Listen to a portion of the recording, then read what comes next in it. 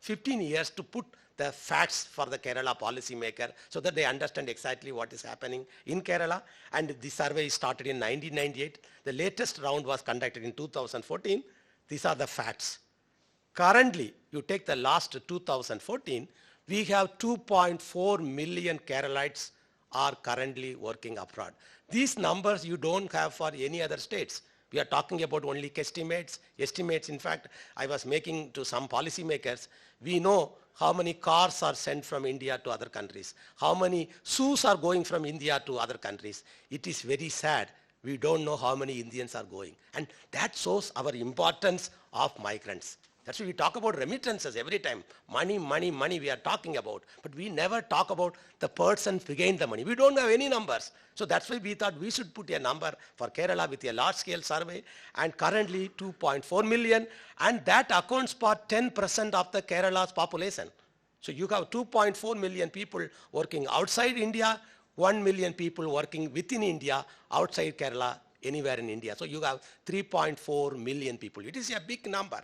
And if you talk about the working age group, it is 16%. So you can imagine how important the migration. I think these type of numbers are required to tell the policymaker, look, this is important. You can't write a planning document. You cannot write a planning report. I saw the planning policy, Government of India report. There will be 3 lines on migration. But in Kerala, you have a chapter on migration. This is what you have to get into migration. For that, you need numbers. And look at the change of the demographic profile in Kerala. The Muslims are sending more migrants compared to their population. So you can imagine because of their low demographic, what you call them, unskilled, semi-skilled, and also the proximity to Gulf, there are more Muslims are migrating. And then most of them go to Gulf. That's why, in fact, our organizers know there are many flights from Kerala to Gulf. In Delhi, we can come to Delhi, there are only 2 flights, whereas Abu Dhabi, Dubai, Sharjah, every 3 hours we have a flight. I think we are more connected to Gulf. I think that is very important, so we have to look at that particular component.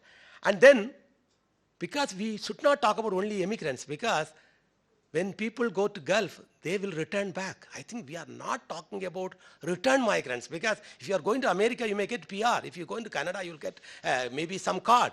But if you are going to Gulf, you will get only the labor card. In fact, they will not even allow a person to bury that. That's why we know from Nepal and Kerala, last year in Kerala itself, last 4 years, something like 3,000 dead bodies came. So they will not even allow to bury you here. They will send you your dead body back. That means we are talking about return migrants. That's why Kerala has a strong policy for return migrants, because we have 1 million return migrants. And that is, you can imagine they will get into politics. In fact, we have 3 MLAs who are in the assembly in Kerala. They ask the migration rights. I think this is important for us to look at the immigrants, return migrants, and we call them non-resident Keralites, because they are the both groups. And then look at the data which comes back. Most of the migrants are belonging to 20 to 40. That's a prime age group, 82% in the last survey. And then again, age composition, mostly young, youth, maybe skilled migrant from Kerala, which I will give you. And then look at the educational profile. Now, what you see in Kerala will be entirely different when you see for UP. For Kerala, the people who are leaving are highly educated than who are left behind. Whereas in UP, who are currently leaving are people who are not educated. That means, so you have to imagine the migration trend changing. That's why I always make a joke in Kerala context. Kerala always export what is called them cashew nut. So we tell them cashews are exported. The nuts are in Kerala. So cashews are going. The highly educated brain are going. The nuts are left in Kerala. So I don't know. I have to ask Keralite people to say I am correct or not. But cashew nut, you can see that average years of schooling among the total population is only 7 years in Kerala, whereas immigrants is 11 years. That gives you a very important component on brain, whatever you call them. And look at the remittances. Today, Kerala receives 72,000 crores. 1 out of 5 rupee comes to India, comes to Kerala. 1 out of 5 rupees. So you can imagine how much it is getting into the Kerala's thing, which is not even accounted because it is not part of your national income. And this money is equivalent to 37% of the Kerala state income, much, much higher than Nepal, who is sitting here. That's why when I talk to Dilip many times, I tell them, if you put Kerala then Kerala is the number one in the world today with the highest proportion of equivalent remittances because Kerala is not a country, it's a small state in India. Of course, it's a 30 million, which is almost closer to the population of Nepal. So, but it is not a country, but it has a lot of implication for the Kerala economy and society. And this reflects in the Kerala's development, which is very important. That's why I don't even talk about migration is development, I would put in a context, not migration for development. And Kerala, it is migration is development. If you go to anywhere in Kerala, look at any indicators, motor car, human development investment, mobile phone, anything you see, they are different. They are different, and you can see that. And final slide is, look at the households. People who are living in better households have at least one person working abroad. That's why, otherwise somebody should be a corrupt man working in Kerala. So either you are a corrupt man from Kerala making a big house, or you have a household with a migrant who is making a bigger house. I think these are the real stories of Kerala's migration development, and we have to replicate the Kerala model of surveys, which, of course, social cost I will not talk because our friend has already attempted. We are using this model of migration surveys in Goa, we have done it. And we have done for Punjab, Gujarat, and Tamil Nadu. Currently survey is going on, and we are proposing a big survey because this is important for the policy makers to understand. We are talking about $71 billion coming to India. Are you not spending $1 billion back to them to find out how many are going? I think it is right time for us to do that. I'll stop here. Thank you very much. I have a few more slides. I'll not speak.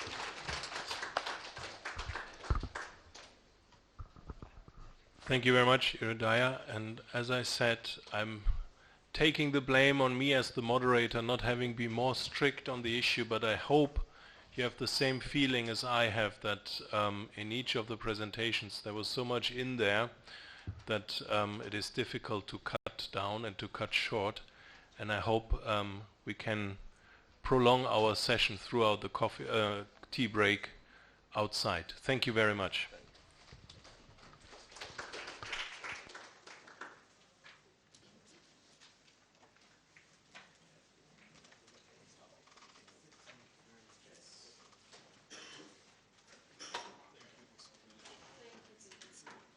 Having to chair myself for very tragic reasons.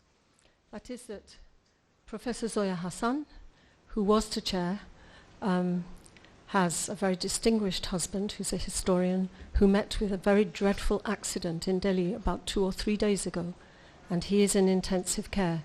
So naturally she can't be with us. Anyway, I'm sure that everybody would like to spend some time thinking about Professor Moshirul Hassan and to wish him a recovery. So our thoughts are with her and her family. The second prefatory remark is that we're very late, and the plan is to overrun the session till about 1:30 and then to have an hour of lunch. I think that's enough time to have lunch and to have a sleep, so I hope that people won't mind. This session number 4, is about, it's labeled discrimination, but I think all of the presenters were encouraged to talk about the structure of the labour force. And so it's going to be about more than discrimination, but the social structure of labour forces. And at the outset, we ought to say that what discrimination means, technically, is that people with equal endowments end up having disadvantageous outcomes or widely varying outcomes. So they're treated differently when they have equal endowments. And in order to show this, the research has to be comparative. It's impossible to show discrimination without kind of comparative analytical element. But discrimination in India means more than simply that. There is also discrimination in the formation of the endowments in the first place. The people who are born equal are not socialized equally.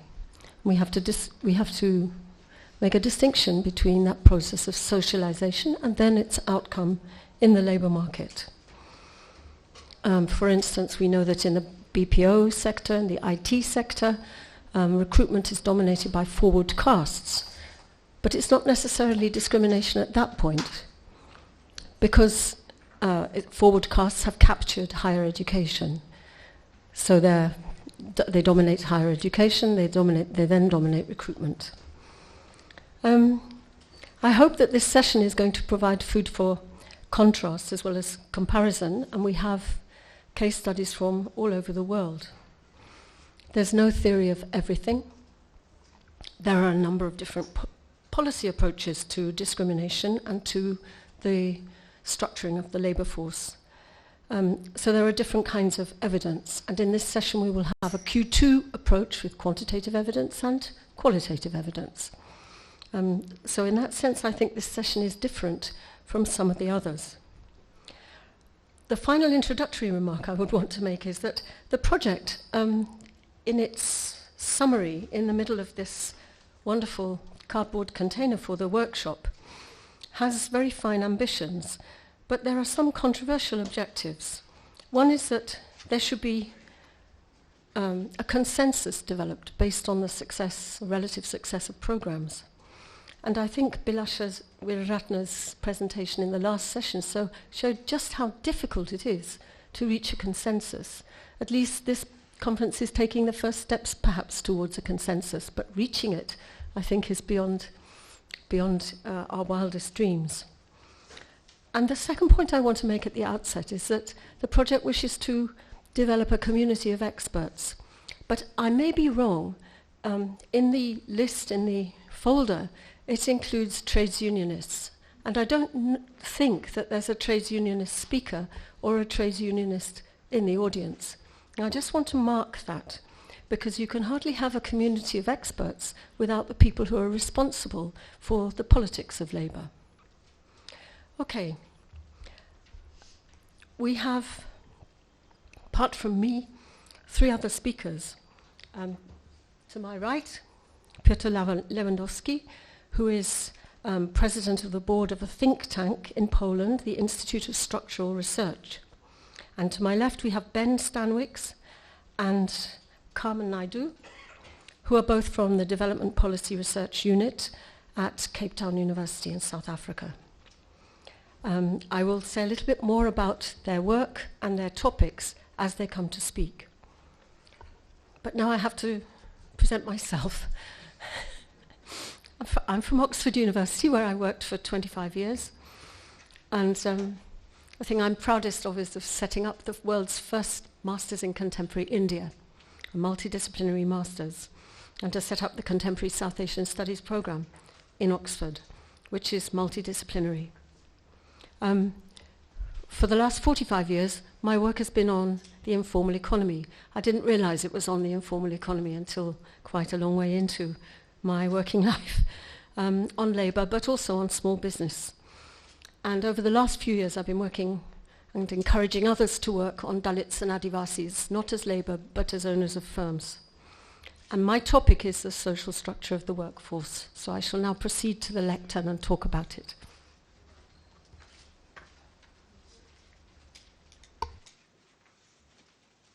How do we?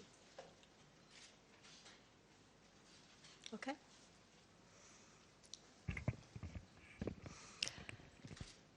And I thought what would be useful would be to structure this terribly compressed summary in a series of 6 questions for you to think about and perhaps to answer.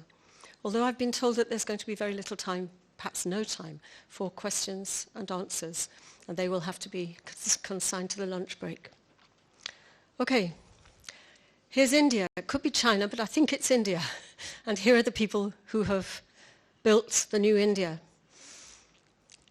India is like no other economy in the entire world in the extent of its informal economy, or the economic activity which is outside state regulation. It's perhaps unregistered, it doesn't conform to the environmental laws or the labour laws, and it doesn't pay tax.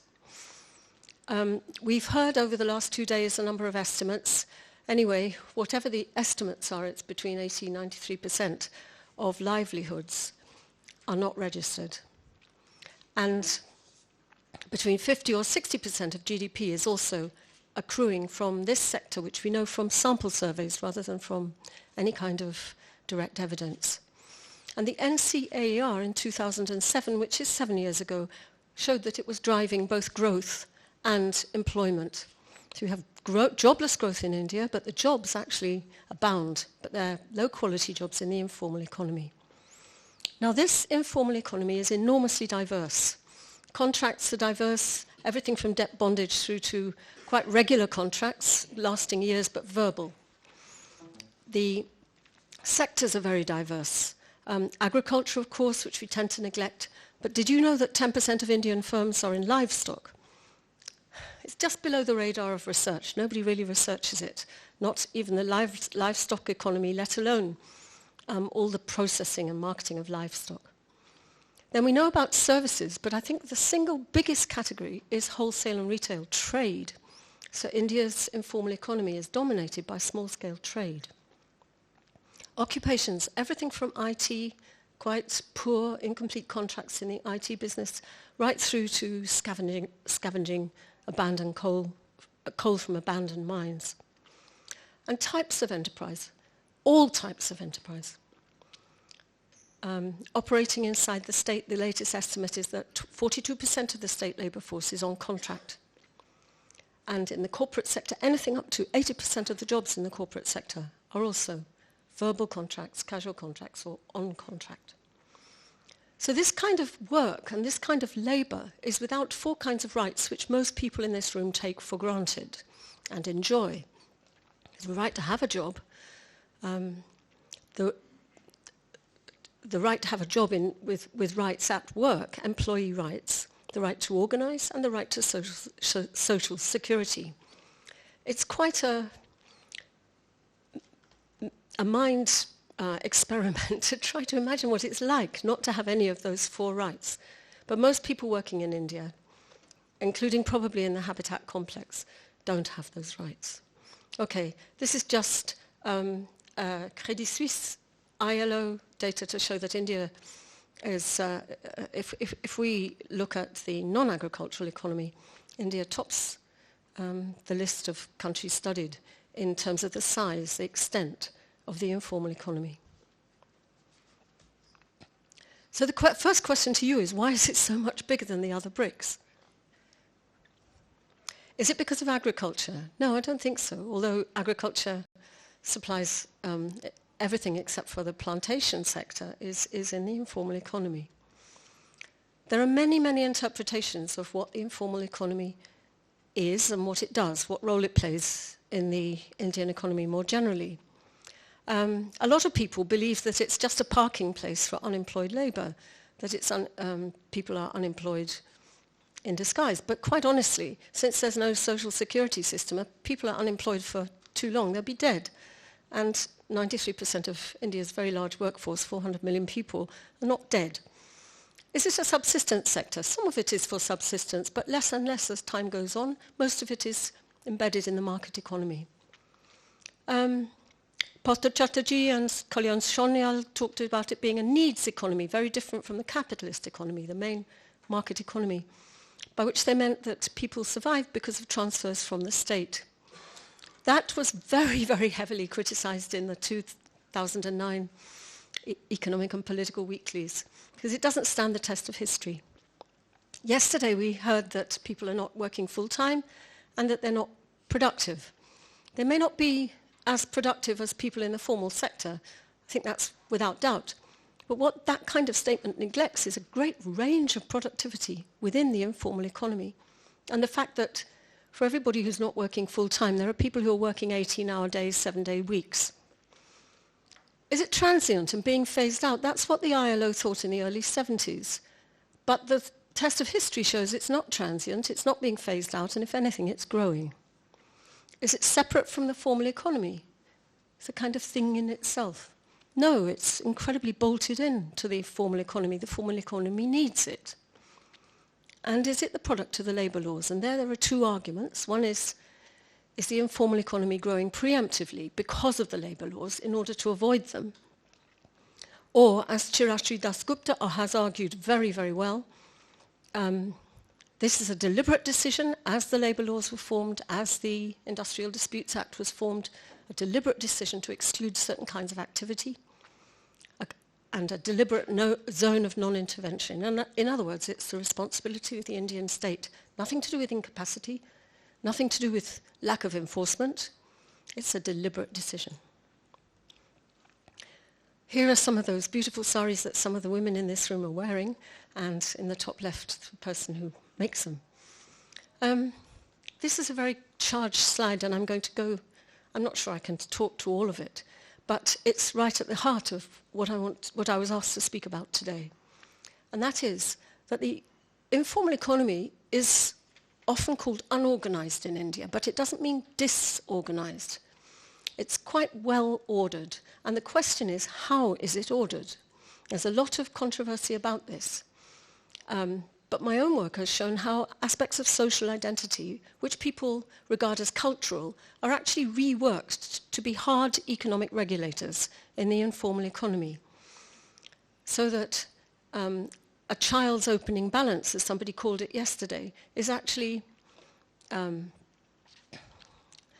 something which reflects a whole series of relationships of authority, which we may call discrimination, and which have discriminatory outcomes, not just in the labour market, but also in the market of small firms in India.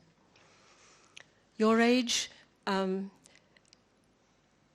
depends. The young, as we've heard, are educated, and many exit the informal economy. They search for work in the formal economy. People who don't exit are educated through apprenticeships, working for father or uncle. And that affects choices of niches in the informal economy and capacities to earn and pay. And one thing about aging that you need to know about India, including the people in India, is that although the retirement age is set at 60 for the people under the poverty line, poor people don't actually retire at all. Retirement is defined by disability or incapacity to work. That's how people understand it. And not only that, people working in construction and many people in agricultural labour are worn out and suffering from arthritis and crippling diseases by their late 30s or early 40s. And yet they can't access pensions until they're 60. Normally they're dead by then. Gender, we know well. I can't, there's no time to talk about many of these things. Gender affects wages, it affects ownership of assets, and it affects quantity of assets owned. Caste affects skilling and apprenticeship. It affects choice of occupation. It affects pay, and it affects the degree of stigma with which the rest of society views you. All these elements are most restricted at the bottom of what's left of the caste system. Ethnicity also matters. Most people, when they think of that, think of remote tribes. And what they forget is that there are networked ethnicities that dominate both the formal and the informal economy all over India, to which it is impossible to join. I'm thinking of Marwaris, who migrated in the late 18th, early 19th century to all those parts of India which didn't have business castes, and now are very important in the business economy. But it's not as though you can become a Marwari. You can't. These are barriers to all kinds of opportunities, not just in the labour market, but also as owners of firms. Religion. The Constitution banned religion from being practiced in any form in the state. Now, could talk for an hour about that alone. It was widely expected that religion would flourish in the private sphere, in the family. But the family business is actually the building block of the public sphere. So religion is actually something which is expressed in the economy. And it's expressed through moral communities and through the defining of the other, which is different and can be justified by different kinds of behavior between the religions, as all of us who look at the contestation and sometimes the violent confrontation between religious groups in India know very well. Locality. Very early on, Ashok Rudra showed that labour markets are constrained by moral relations which are defined through villages. And we've looked at migration in the previous session. But there are other governance tactics which control labour, which bring order to the economy. We haven't heard very much about credit and debt tying of labour. We haven't heard very much so far about the paternalist and discretionary and occasional kinds of private occupational insurance that employers tie labour by providing. We haven't heard about how dangerous working conditions are actually very difficult to leave. We haven't heard about how employers control labour through the control over reproductive space, by which I mean housing and all supply of electricity, water, and so on and so forth. And lastly, how employers resist the organisation of labour and keep it fractured by these forms of authority, which are also means by which discrimination is meted out to labour. Lastly, the informal economy is governed through business associations. We know about FICCI and ASOCHAM and CII and Delhi, but in the town I've been studying since 1972, there are 67 business associations which run the sectors of the economy. I could talk for hours about that, but there's no time. The comment I want to make is that this liberalisation has not dissolved these archaic arrangements.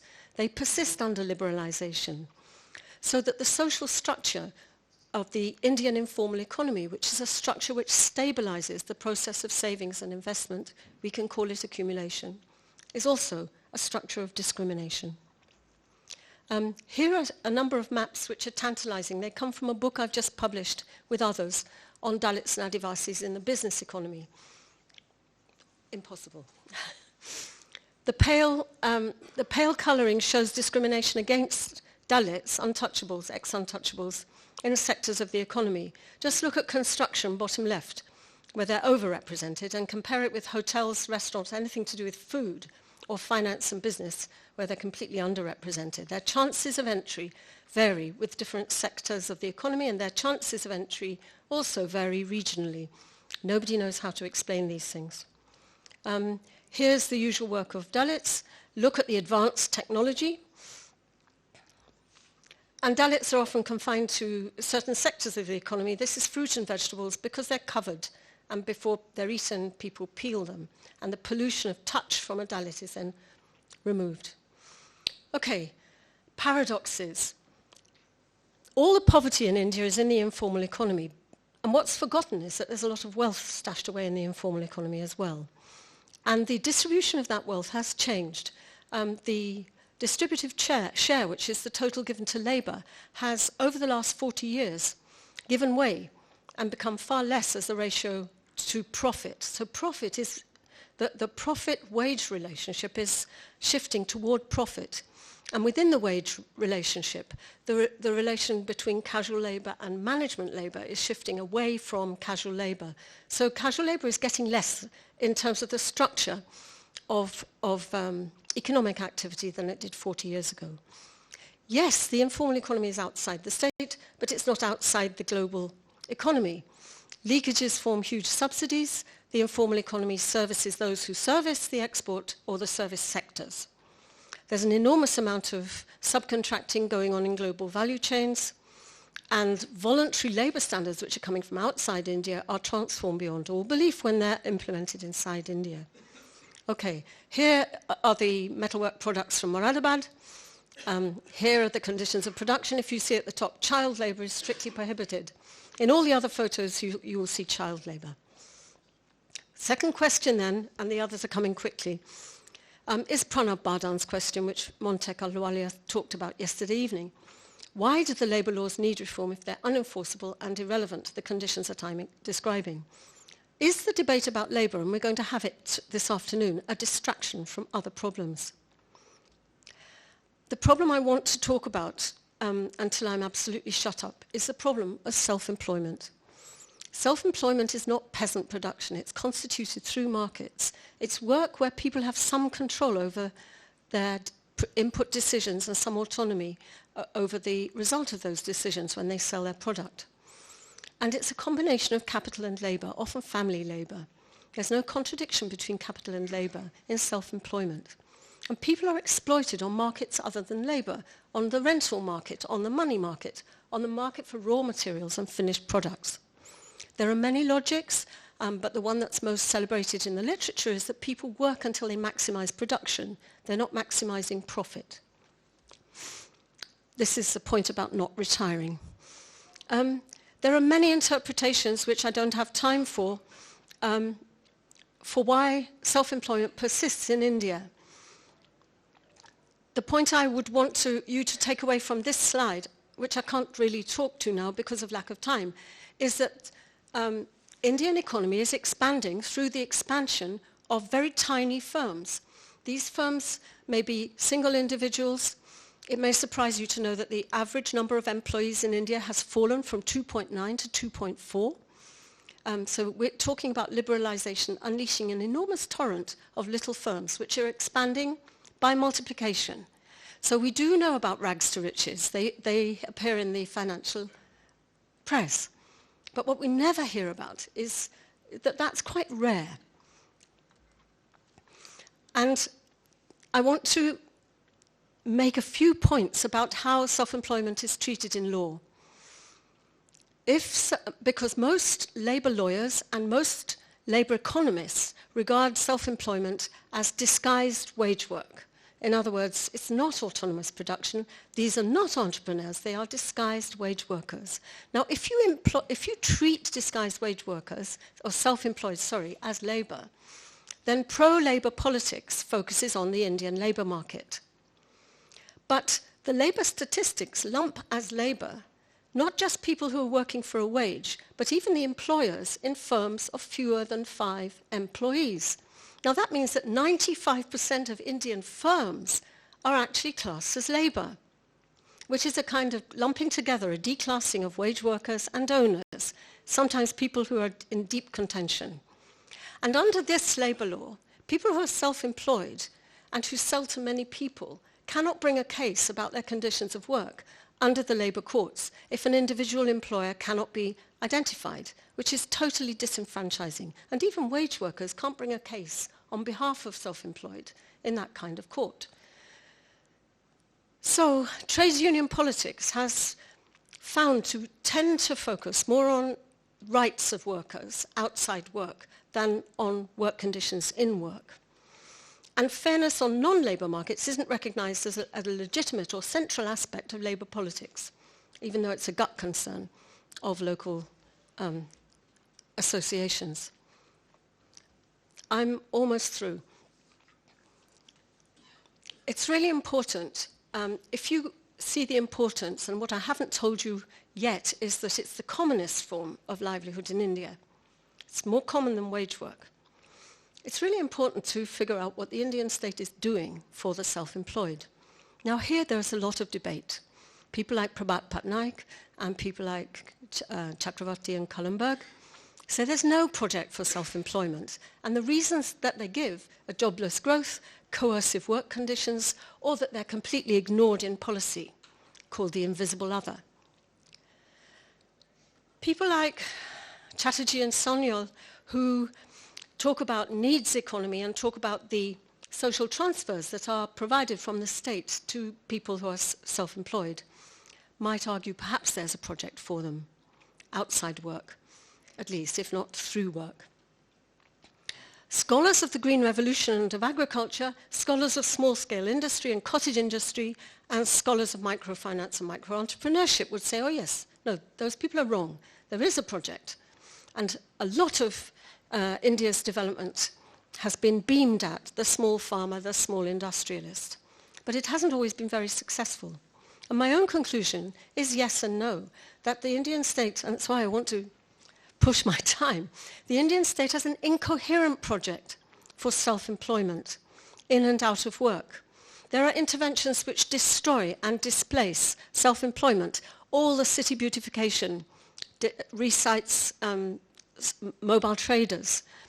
There are projects which incentivize it, microfinance, for instance. There are projects that protect it. The skeletal social safety net is effectively protecting it. And there are an awful lot of projects which ignore it completely. So my challenge to people is, should the Indian state have an incoherent project?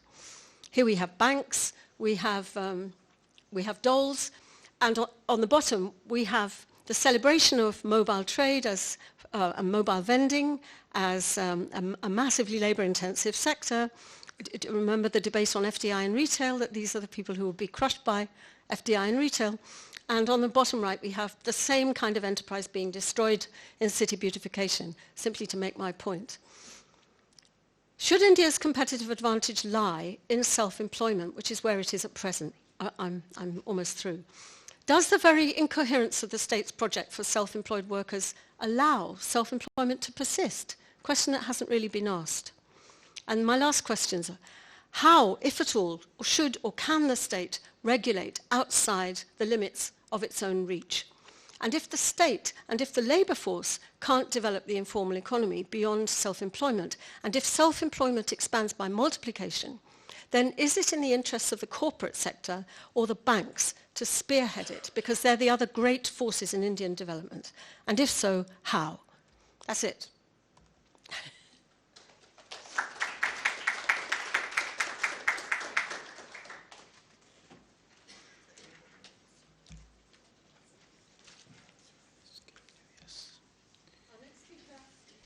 Is an expert on labour market adjustment and the response of labour markets to shocks.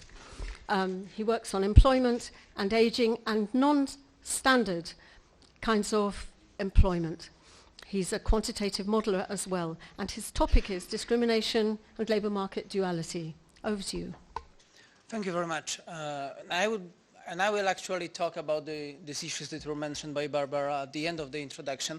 Before I start, I would just like to briefly thank you, ICRIER, for the invitation. It's my first time in India, and I'm enjoying it immensely so far. And I would also like to stress that my institute, IBS from Warsaw, Poland, ICRIER, the Development Policy Research Unit from Cape Town, and Institute for Emerging Market Studies from Hong Kong, represented by Albert, there.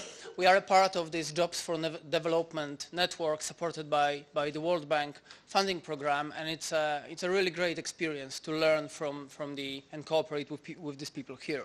So now, end of the introduction, I will move to my presentation.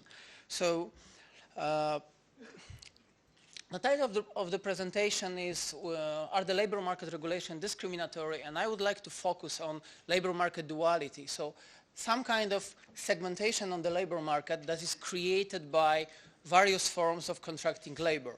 And I will focus on Europe and other OECD countries. European experience is a little bit different forms of segmentation because it's, let's say, much more advanced than the segmentation on the Indian labor market with the very low formalized employment and relatively low organized employment. But there are some kind of similarities, and you might find some issues relevant. So, what does it actually mean that there is a segmentation of European labor market? On the one hand, there are issues related to discrimination, and like gender discrimination is mainly related to lower wages of women, and my colleagues from DPRU will speak a lot about discrimination in terms of wages later on. There is also this generational divide that you learned about yesterday from Ginter Schmidt's presentation about Europe. There is also a problem which is related to evolving structure of labor in Europe when it comes to contracts. We used to, in the industrial society in the 20th century, we used to have a very high formalized employment with most of the workers having employment contracts with these 4 types of rights that Barbara mentioned attached. But in the last 2-3 decades, it sort of evolved. So there are new groups of contracts where you can use to contract labor, and they don't really provide all these 4 rights. But sometimes they provide 3, sometimes 2. And you may think about it as some kind of first world problem. Then when you have very low formalized employment, it's a weird issue to care about if the formalized employment decreases from 80% to 70%. But at the same time, why I think that this experience can be relevant also for developing countries is the way how the labor laws changed, allowing for this non-standard contract, was a response to the fact that the labor laws became very rigid.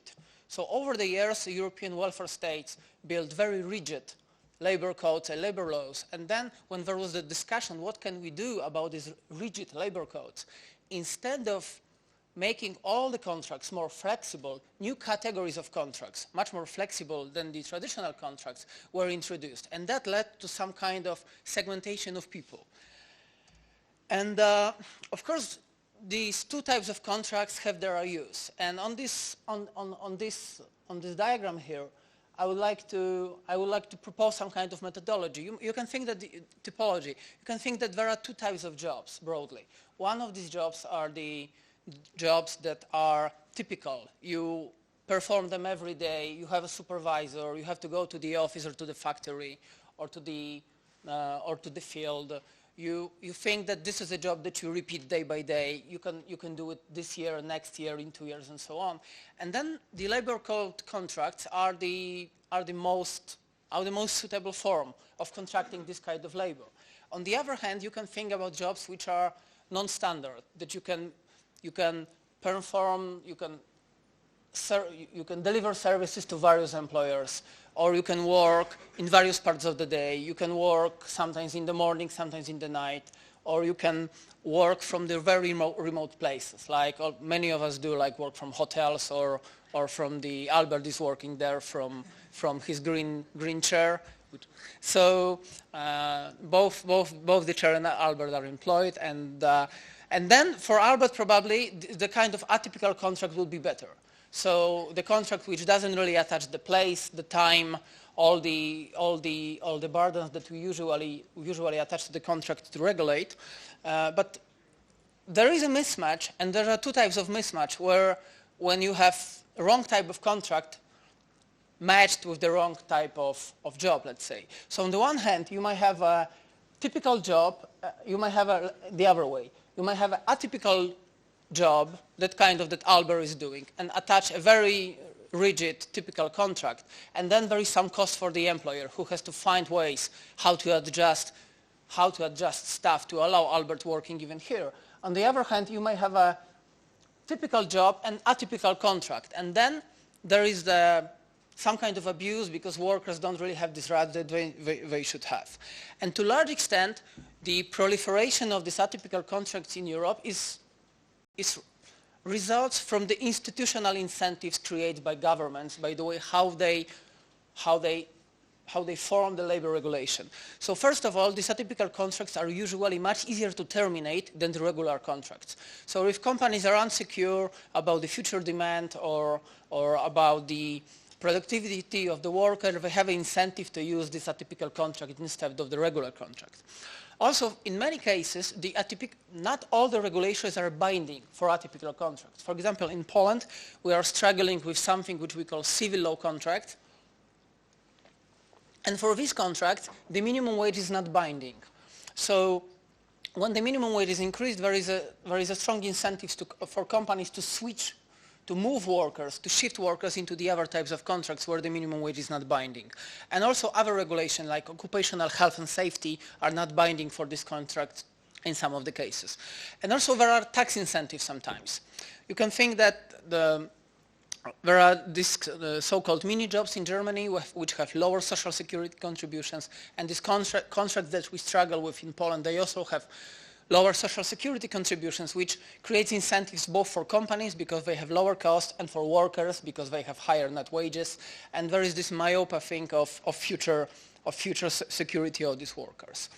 And the scope of how the various atypical forms are being used in the developed, industrialized, let's say, OECD countries is very different. I will show a couple of slides mainly from the OECD work, so we have a broad spectrum of experiences. So you can see that the Great Recession has strengthened the transition, let's say, or the importance of temporary and atypical contracts, especially for new hires.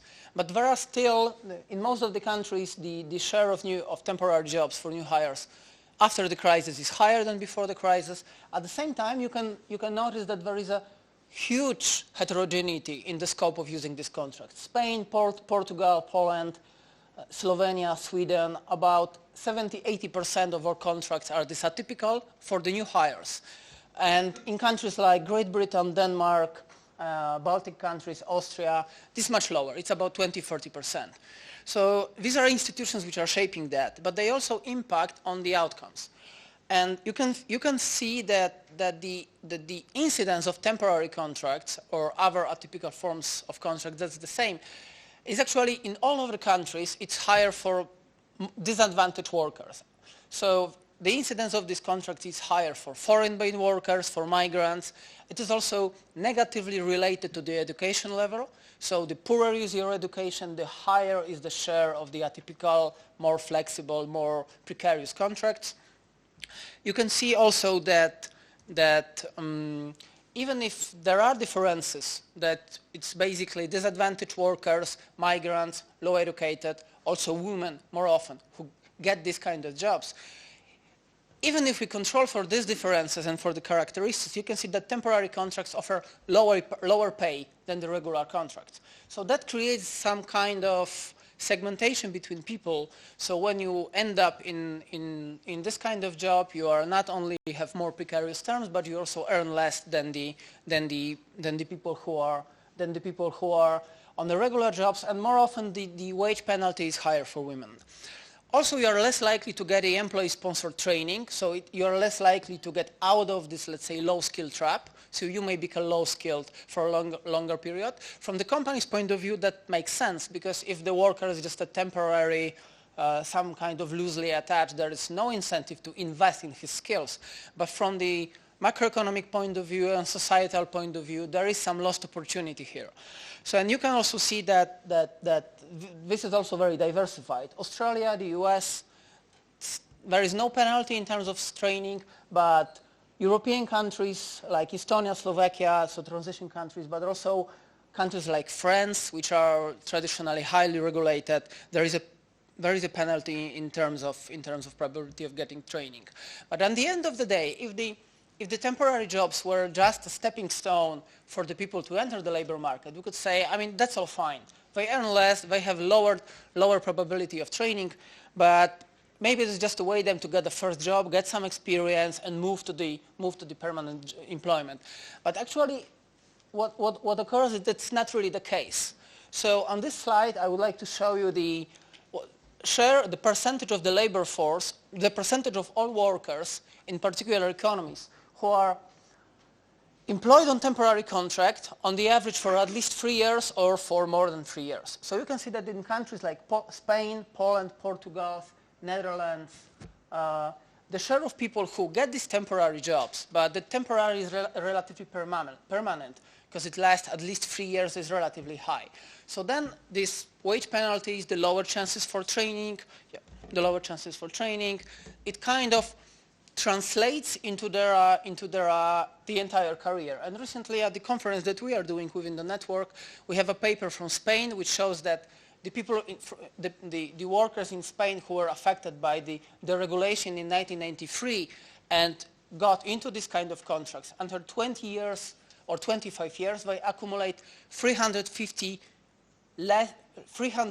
days of work less than their counterparts who are not affected by the deregulation. So these are long-term effects. And so what are people in Europe thinking about how to tackle this differentiation of regulation and duality on the labor market? There is one novel policy idea, and the novel policy idea is, let's try to think about the privileges of the worker and the way how the employee-employer relation is organized, not in relation to any particular form of contract, but let's try to relate it just to tenure and think every new hire gets the same, what we call single or basic contract. And what are the pillars of the single or the basic contract? The idea is that if you employ a worker, regardless of the company, regardless of his skills or age, gender, or whatever, and he gets the same kind of protection. And the protection initially is very low. So in the first month, in the second month of the relation, you can fire the worker easily. There is no severance payment, the notification period is very short. But then with every month of his tenure, of his work for a company, these rights, they gradually accumulate. So why it is important in Europe? Because we often have this kind of, when you employ a worker, maybe it's flexible, but after 6 months, he gets many benefits. So then the companies have these incentives to make a decision at the end of the fifth month or first year, do I really need this worker, or do I prefer to replace him with a worker which will be a new worker from my company, so he's flexible then, again. So the single contract tries to scrap this kind of steps and tries to relate the privileges and the benefits only to the tenure in the company. So the contract gradually converges to the traditional contract with all the employment protection, but only after some time and smoothly. So at the same time, it has a social security coverage from scratch, and it also has the other things like occupational health and safety rules or the minimum wage binding. What are the benefits from the single contract? The basic benefits is that it reduces the motivation for job churning. So for replacing the workers with some tenure with other workers who might be similar, but if employed instead of the worker that we already have, will be less protected, so would create lower costs for companies. So it reduces the motivation for job churning. It also allows quite cheap screening of workers in the firm. If we don't know if the worker is a really motivated worker, if he's an honest worker, we can employ him. And if we find out that he's cheating in the first, second, or third month, then firing him is very easy. If he's okay and if he stays in the company, then firing him becomes more and more tough. So over time, it becomes a regular job contract for him. It also creates a good motivation for workers not to cheat and not to shirk at the office. Because if the workers know that they are unlikely to be fired after a year when their protection increases and replaced by other precarious worker, then basically they have no motivation to invest in various job-specific skills, to be honest, not to cheat, and so on. If I am about to be fired anyway, then I just don't care. What's my relation? And at the same time, it is a policy which aims at decreasing lifetime work. So to tackle the problem in Spain, when the people on temporary contracts, they just get the jobs for 6 months, then 6 months unemployment, another 6 months of contract, 6 months unemployment, and so on. So this policy aims at increasing the lifetime work, making work more continuous for these people. So it also reduces the wage gaps in the long term, because it is actually the breaks in the careers which decrease wages for people in the long term to a large extent. And the idea is quite novel, and that's the last slide where I just want to give you a couple of names and a couple of ideas where people are working on it. It was initially proposed in Italy. Italy is a very, let's say, regulated, rigid country which makes a lot of reform effort these days. So they are thinking about simplifying the labor code. They actually simplify the labor code. But they are thinking about introducing this kind of arrangement. There has been discussion in France, but in France things go slowly. There has been discussion in Spain. The discussion in Spain is the most advanced. Initially in 2009, there were 100 academic economists who were signed a letter and proposed the introduction of the single contract in Spain. It failed then, but now with small steps, they have a project, they have a draft bill in the Senate. They are debating with the members of parliament, so it goes slowly forward. And also we started discussion in Poland this year about introducing that, which goes slowly, but it goes in the right direction, I think. And that's it. Thank you very much for your attention. I hope that there will be some time for discussion in the session as well. And now I give the floor to my colleagues. Thanks. Thank you very much. Our next two speakers are paired. Ben Stanwix, who's obviously going to start, is an expert on labour markets and poverty, skills, and education. And he's worked in India with Sewa, I believe, and on agriculture. And he runs or manages the knowledge for sub-Saharan Africa with the World Bank. And Carmen Naidu looks at financial inclusion, SMEs and finance all over Africa. And she's currently working on skills and workplace training. So the two speakers complement themselves rather well. Their topic is labour market discrimination over 2 decades of post-apartheid South Africa. Over to you. Thanks.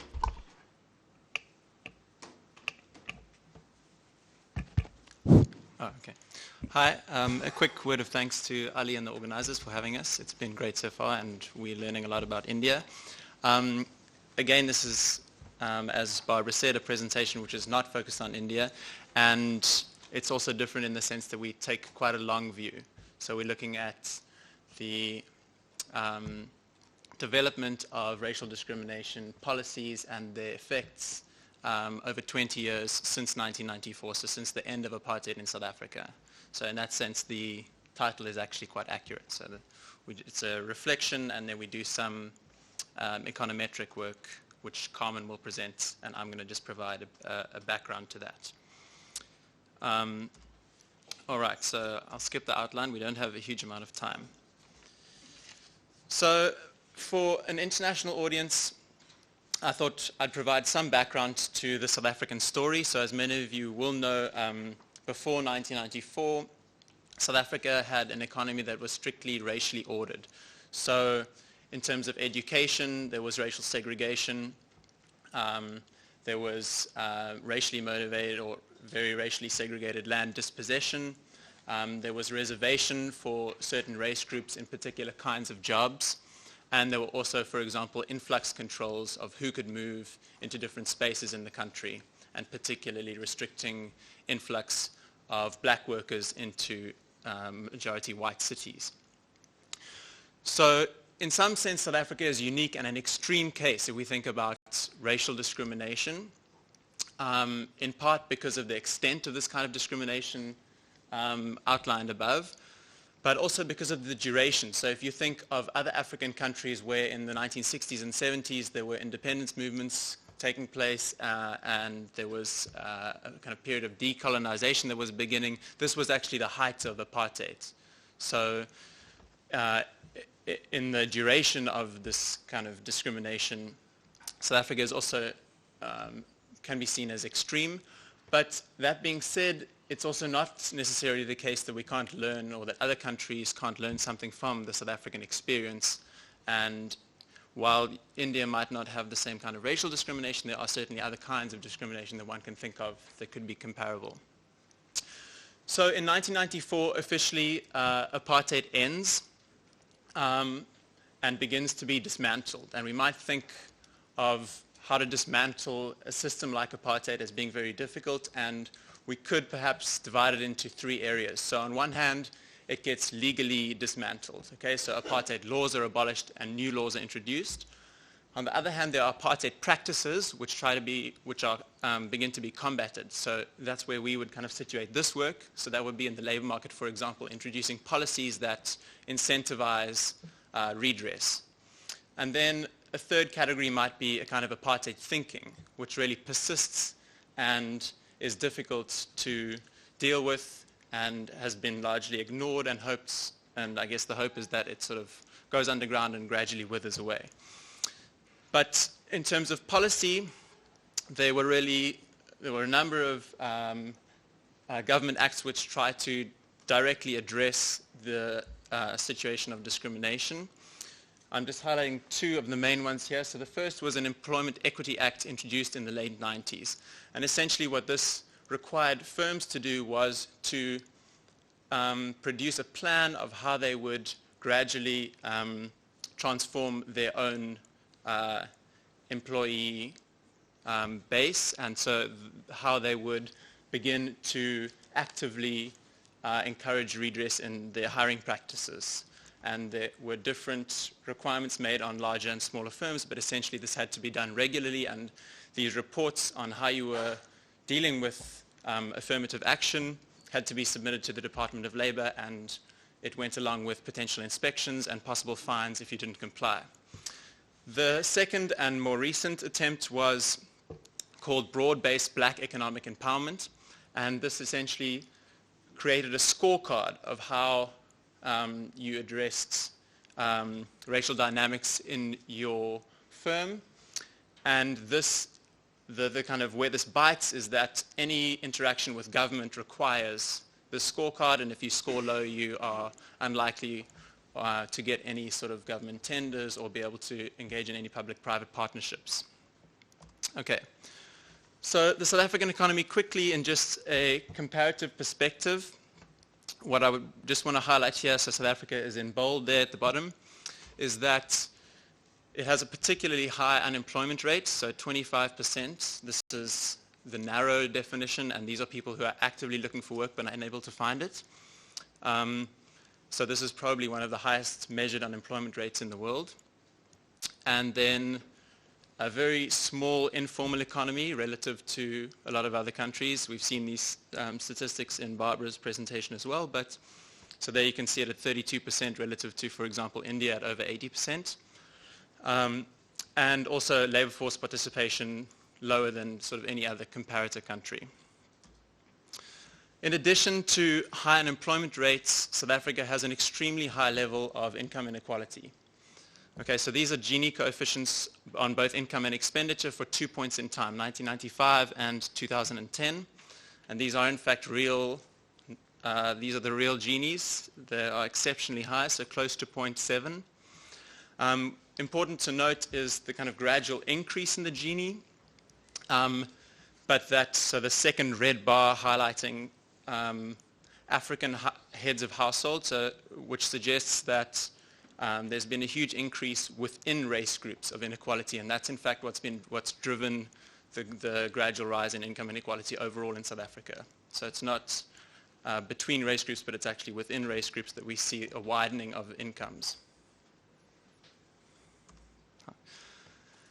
A second illustration of this inequality, of the kind of segregation, is geographic. So this is a map of Cape Town. The dots represent population density. And essentially what you can see, so the purple dots are white households. The yellow dots are what are termed colored households in South Africa. So these are mixed race South Africans. And then the